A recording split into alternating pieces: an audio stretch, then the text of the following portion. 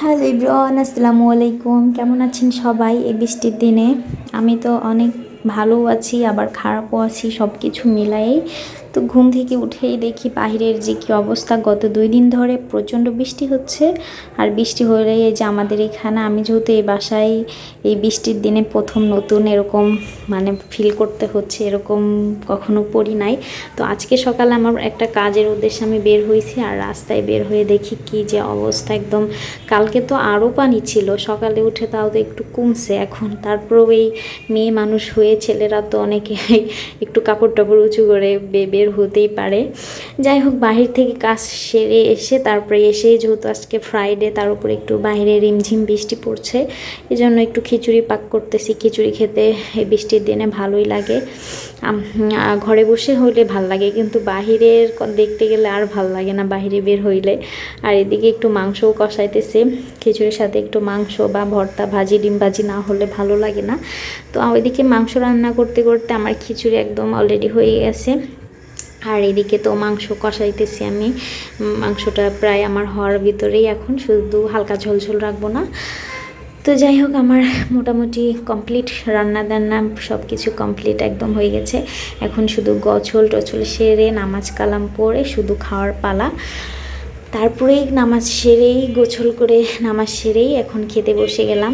আর আমি তো সব একা একা খাই সব সময়, কারণ সব সময় না, মাঝে মাঝে, কারণ যেহেতু আমার ছোট বেবি আছে, সবাই একসাথে খেতে বসে যায়। আর এদিকে আমি বাবুকে একটু খাওয়াইয়ে তারপরে নিজে খেতে বসলাম, যার কারণে ভিডিওটা আমার একারই নেওয়া। তারপরে এখানে খেয়ে দেখলাম, যদিও খিচুড়িটা আজকে বেশি মজা হয়নি আমার কাছে, জানি না কী জন্য মজা হয়নি।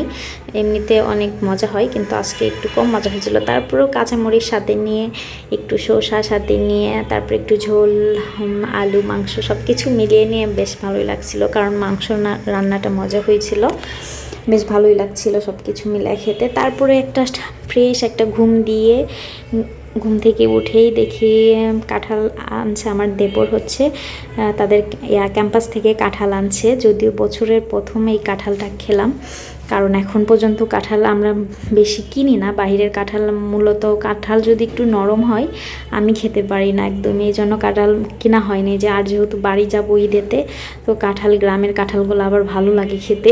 যাই হোক, কাঁঠাল থাকলেই তো আমি এভাবে মুড়ি দিয়ে খেতে থাকি, কারণ আমার মুড়ি দিয়ে কাঁঠাল খেতে এরকম অনেক ভালো লাগে। আচ্ছা, আমার মতো কি এরকম কাঁঠাল দিয়ে মুড়ি কখনো খেয়েছেন? কমেন্ট করে জানাবেন একটু। আমার কিন্তু বেশ ভালোই লাগে। শুধু কাঁঠালের সাথে মুড়িও না, কাঁঠালের সাথে আমি অনেক সময় পান্তা ভাত দিয়েও খাই, অনেক মজা লাগে খেতে। যাই হোক, আপনাদের কাছে কেমন লাগে একটু কমেন্ট করে জানাবেন। আমি তো এখানে কয়েকটা একদম নিয়ে, মুড়ি নিয়ে সব কিছু মিলাই একদম সবগুলাই খেয়ে নিলাম।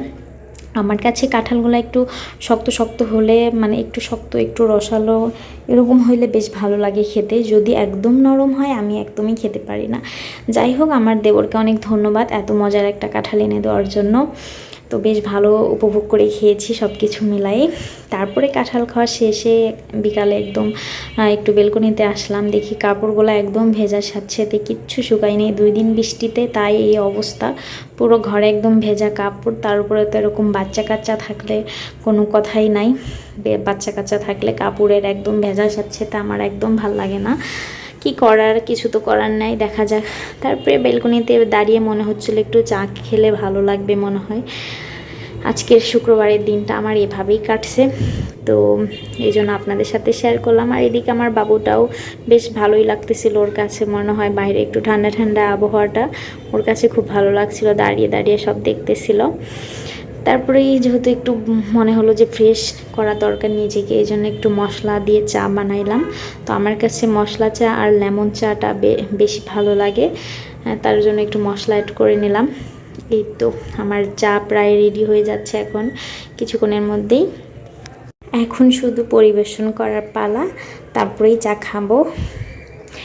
এই তো দেখতেই পাচ্ছেন আমার চাটা একদম রেডি। এখন শুধু নিজেকে ফ্রেশ করব চা খেলে।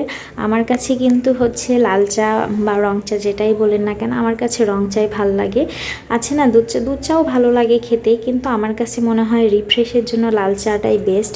এমনি খেতে মজা লাগে হচ্ছে দুধ চা, তাও আমার কাছে মনে হলো নিজেকে রিফ্রেশ করার জন্য দুধ চাই বেস্ট।